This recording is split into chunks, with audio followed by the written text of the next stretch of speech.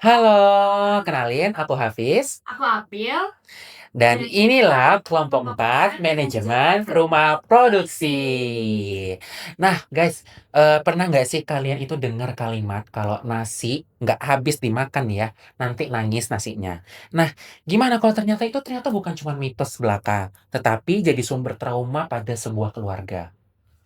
Dari situ kami mengangkat sebuah cerita adaptasi film yang berjudul Nasi yang Menangis, adaptasi dari film Left-Handed Girl 2025. Nah, kita nih juga bakal ngajak ya buat, kalian untuk ngelihat gimana sih konflik, keluarga, ekonomi, terus juga pola asuh itu ternyata bisa jadi, hal yang relate di kehidupan sehari-hari. Maka dari itu supaya nggak ketinggalan, tonton terus videonya and check it out. Logline dari film yang berjudul Nasi yang Menangis itu adalah perjuangan seorang ibu tunggal dan kedua putrinya di tengah tekanan ekonomi dan kerasnya kehidupan di pasar Senen. Hidup mereka terguncang ketika putri pertama mereka mengalami konflik moral dan putri bungsunya dihantui tahayul bahwa nasi yang tidak dihabiskan akan menangis. Untuk selanjutnya, kita ada sinopsisnya, tapi aku akan jelaskan secara singkat saja. Sarah, seorang ibu tunggal, berjuang menghidupi kedua putrinya dengan membuka warung makan kecil di Pasar Senen. Nah, Sarah ini ternyata diam-diam memberikan uang kepada mantan suaminya. Hal tersebut diketahui oleh putri pertamanya dan menyebabkan konflik. Putri pertama Sarah ini bekerja di sebuah karaoke keluarga dan dia mengalami konflik moral karena memiliki hubungan gelap dengan seorang pria yang beristri. Sementara itu, putri bungsunya yaitu Iris berusia 6 tahun hidup dalam ketakutan akan kepercayaan bahwa nasi akan menangis jika tidak dihabiskan.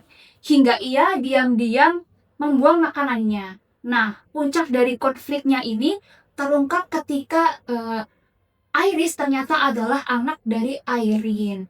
Pengungkapan ini mengunjang hubungan mereka, tetapi kemudian membawa ketiganya pada proses penerimaan, tanggung jawab, dan pemahaman tentang arti keluarga di tengah kerasnya kehidupan kota. Oke, untuk selanjutnya ada konsep visual atau suasana cerita. Konsep visual film ini kita terinspirasi dari film Indonesia berjudul Panggil Aku Ayah. Kemudian filmnya akan dibuat dengan pendekatan yang realistis dan dekat dengan kehidupan sehari-hari. Suasana yang ditampilkan yaitu hangat tetapi penuh dengan tekanan dan berfokus pada hubungan keluarga, perspektif anak, serta lingkungan sosial kelas menengah ke bawah, seperti pasar dan juga pemukiman yang padat. Kita mengharapkan dari gaya visual ini dipilih agar cerita itu lebih terasa membumi dan emosional bagi penonton.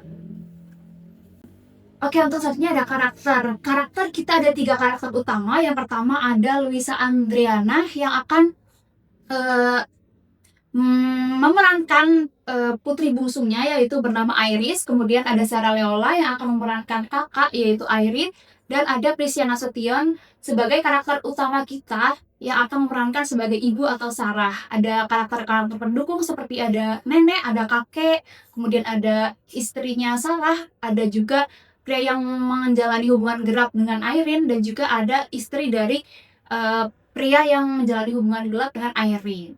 Kemudian setting lokasinya kita mengambil ada di 3 lokasi. Dan ceritanya berada di kota Jakarta. Secara spesifiknya itu ada di daerah Rumah Susun Konvent Kemayoran. Kemudian pasarnya kita mengambil Pasar Senen dan perumahannya kita mengambil di Menteng. Nah, untuk warna filmnya kita mengambil 4 warna utama yaitu mustard, auto maple, dark ruby, dan juga espresso. Nah, warna visual yang kita pilih ini didominasi oleh tone yang hangat ya. Pemilihan warna-warna tersebut itu bertujuan untuk menghadirkan suasana yang cenderung menyedihkan, kumuh, dan juga padat sesuai dengan latar kehidupan masyarakat kelas menengah ke bawah.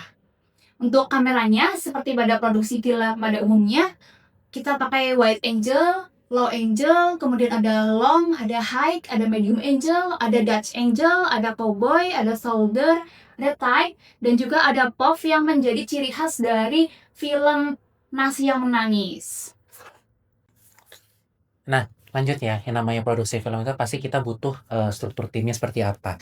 Nah, ini ada sekitar, 6 gitu ya, 6 yang menjadi dasar untuk struktur tim produksinya. Yang pertama, pastinya ada departemen produksi di mana mereka yang memang ngurusin, manajemen keuangannya, terus, apa namanya, segala hal manajemen produksinya. Kemudian departemen penyutradaraan dan casting, kemudian ada juga departemen penulisan cerita, sinematografi dan suara, pencahayaan dan editing, dan terakhir ada artistik dan wardrobe. Departemen inilah yang memang menjadi dasar utama untuk film ini, berhasil syuting hingga tayang. Nah, kemudian, estimasi budget secara kasar gitu ya. Secara kasar kita menggunakan anggaran sebanyak total 500 juta gitu ya. Misalnya nih, kita di departemen produksi kita butuh sekitar 50 juta, penyutradaraan casting itu sekitar 20 juta, departemen penulisan cerita itu sekitar 10 juta, terus sinematografi dan suara itu butuh sekitar 50 juta, kemudian juga di artistik kita juga butuh 60 juta, kemudian pencairan editing itu di sekitar 65 juta. Terus juga kita butuh nih untuk gaji kru 60 juta, gaji pemain sekitar 96 juta, figuran kita siapin juga 20 juta, kemudian sewa lokasi itu sekitar, eee, apa, 40 juta, terus kemudian biaya tak terduga nanti kita siapin juga sekitar 19 juta. Total-total, estimasi budget kasarnya adalah 500 juta dan semoga itu memang maksimal penggunaannya ya tentunya. Kemudian, untuk strategi marketing dan distribusinya. Jadi nanti ketika film ini sudah selesai syuting dan siap edar dan siap dipromosikan begitu, nanti kita akan menggunakan 2 jalur utama yaitu, via bioskop, tapi ini yang paling prioritasnya, kemudian, ada OTT via Netflix. Nah, kalau di bioskop kita targetin minimal ya, semoga gitu ya, minimal 500.000 penonton tercapai dan, di via Netflix juga banyaklah yang menonton begitu. Kemudian justifikasinya. Nah, kenapa sih menggunakan 2 jalur ini? Kenapa sih kayak gitu? Nah, 2 jalur ini dipilih ya karena emang punya tujuan dalam mengoptimalkan jangkauan penonton. Supaya apa? Supaya menjaga experience penonton yang lebih maksimal. Jadi, apa ya, kalau di bioskop tuh kan memang, apa ya, menghadirkan pengalaman sinematik yang mendalam gitu dan sesuai pada tujuan si artistik film. Nah, tetapi ini mengingat adanya batas durasi tayang di bioskop dan ya, mencegah ya risikonya rendahnya animo penonton. Kayak ternyata nih kalau kita tayang di bioskop animo penontonnya sangat rendah, ya kita tetaplah jangkau juga di OTT, di via Netflix, supaya bisa diakses lebih luas dan meminimalisir terjadinya loss media, begitu. Nah, strategi pemasarannya, nanti akan dilakukan secara bertahap, yaitu mengawali dengan promosi untuk penayangan di bioskop via medsos, trailer, poster, dan publikasi digital agar menarik penonton. Nah, nanti juga kita adakan namanya konferensi pers gitu. Kemudian ada premier juga. Nah, nantinya kemudian apabila masa tayang di bioskop ini sudah beres gitu ya, strategi dilanjutkan dengan distribusi ke platform OTT. Ya supaya tadi yang aku bilang, memperluas jangkauan penonton sehingga memang nanti filmnya nanti bisa ditonton sama teman-teman penonton yang belum, sempatlah waktu itu menonton di bioskop. Tetapi perlu diingat, penayangan di OTT itu nanti akan dilakukan setelah jeda minimal minimal sekali ya, minimal banget tuh 6 bulan tayang di bioskop, gitu. Jadi supaya adalah terjaga eksklusivitasnya, begitu. Oke, itulah tadi presentasi dari kami terkait, rancangan film adaptasi dari Left Handed Girl yang udah pernah tayang di 2025 ke versi Indonesia, begitu. Nah, lewat cerita ini ya, tentu kita pengen nih ngajak penonton supaya bahwa di balik keseharian yang tampak biasa itu selalu ada ya, emosi, konflik, dan nilai yang sering terabaikan. Termasuk tentang bagaimana kita menghargai hal-hal yang kecil dalam hidup.